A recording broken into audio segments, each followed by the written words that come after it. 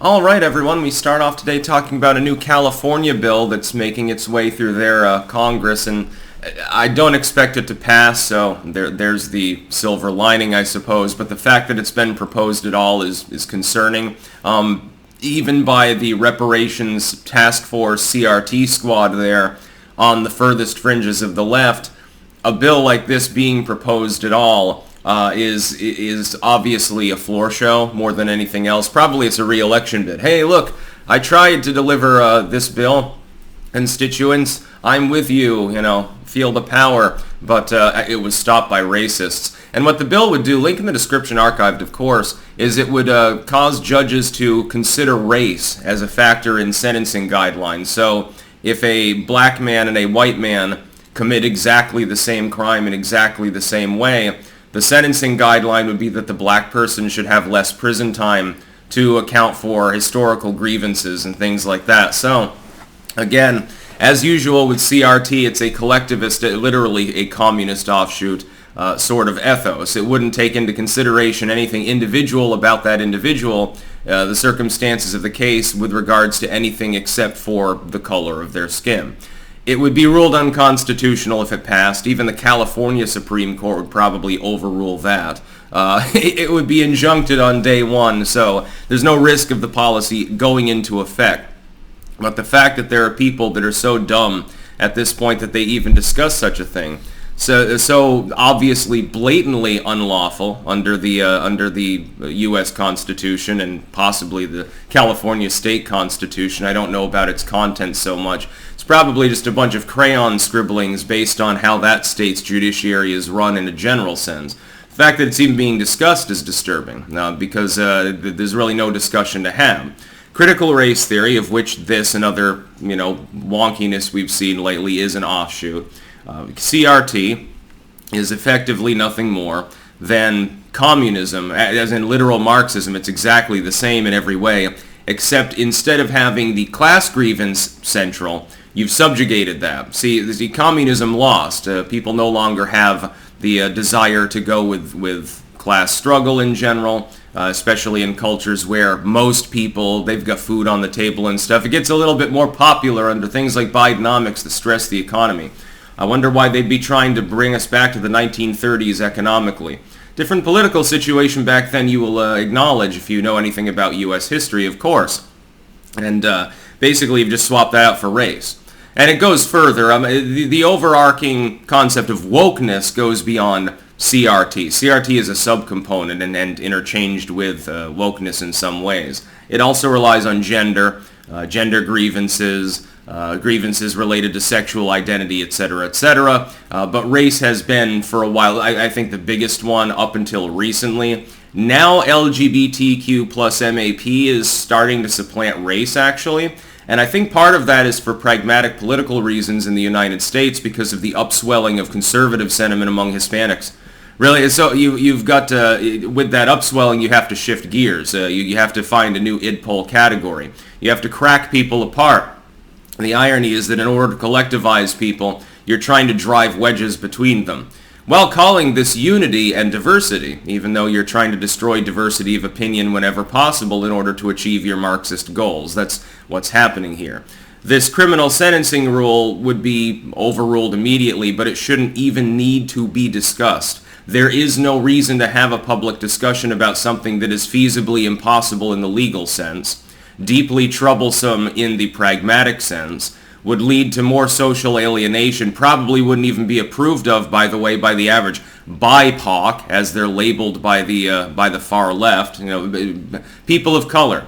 Again, I'm going to ask this every time I bring it up. Please explain how that's different from colored people. You use that antiquated term and people call you a bigot, but people of color, which is exactly the same with the words switched around, somehow is fine. In fact, it's embraced. They've just decided to add like Pacific Islander and send brown to the mix. So basically, again, a person from Indonesia that immigrated 2 years ago is the same as someone who's black, whose ancestors came in the 1800s.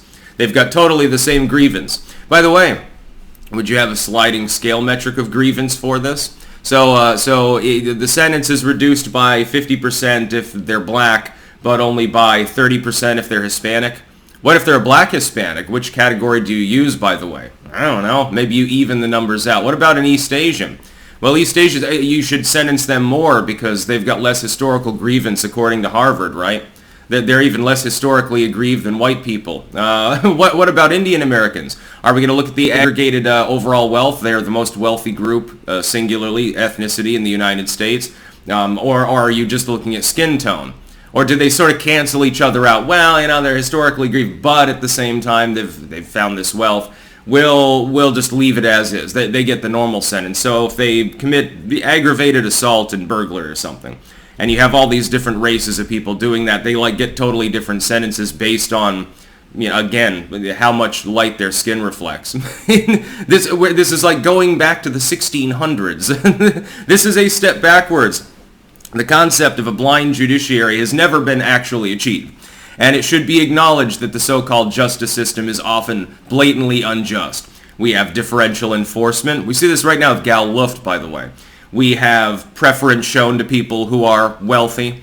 We have, certainly, we have non-prosecution based on political ideology, especially in places like Portland and Seattle, which has gotten so bad and caused so much recurrent crime that now even some Democrats are flying the coop. They really have lost the plot on the issue.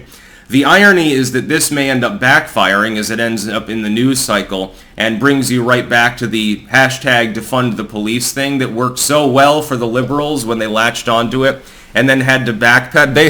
They were backpedaling like 60. It was hilarious to watch because people who had embraced the term for months all of a sudden got the memo, hey, this isn't actually a good idea. You're going to screw yourselves. And then all of a sudden they said, no, I never said defund the police. I said reform the police. No, you don't understand. Defund the police doesn't mean to actually defund them.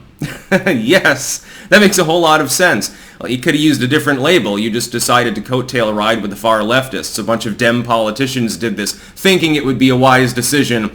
They later realized that it wasn't. The bill will not pass. It probably won't get any support outside of a few fringe Democrats. It probably won't even get majority support in that party. But it shouldn't even be discussed. It should not even be an issue. This should be condemned by the California Democratic Party. If they have any sanity whatsoever, they'll say, there's no way it's going to pass.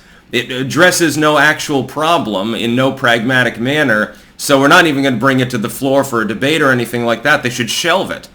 The Democratic Party in California has been isolated in its hegemony for so long that they keep entertaining this screwy stuff. They don't even realize there's an election going on right now.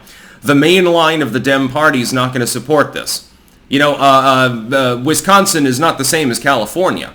Georgia's not the same as California. So some of these vulnerable states, Nevada or someplace like that, it's not like the far West Coast. The far West Coast has become the main blue zone in the country. But that doesn't necessarily bleed over into Virginia politics or help you win North Carolina. Only for pragmatic purposes alone, it's a crazy idea not to muzzle it immediately. In some sense, the state party structure in California should probably be warned by the DNC that they're making lives difficult for many other people in vulnerable states and districts. But hey, they're dysfunctional, and secretly they support this kind of thing because it riles people up, and they are Marxists by nature. That's about all. Peace out.